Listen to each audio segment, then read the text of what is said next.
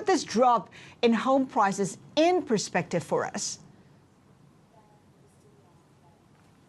Hi, Linda. Yes, as you mentioned, the biggest drop in 8 years, and really it just shows how depressed home buyer sentiment is. With prices falling, despite all this government stimulus, people really just aren't willing to buy homes even with prices falling.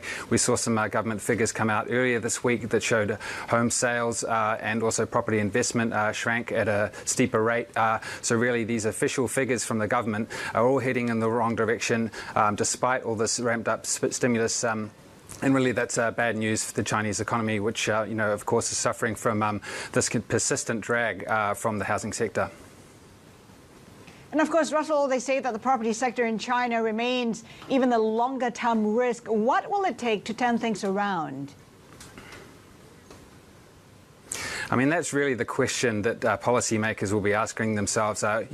We had since August this easing of mortgage restrictions, easing of home buying restrictions, mortgage rate cuts as well. But that really hasn't been enough to stimulate home buying. And really it comes down to the sentiment of home buyers.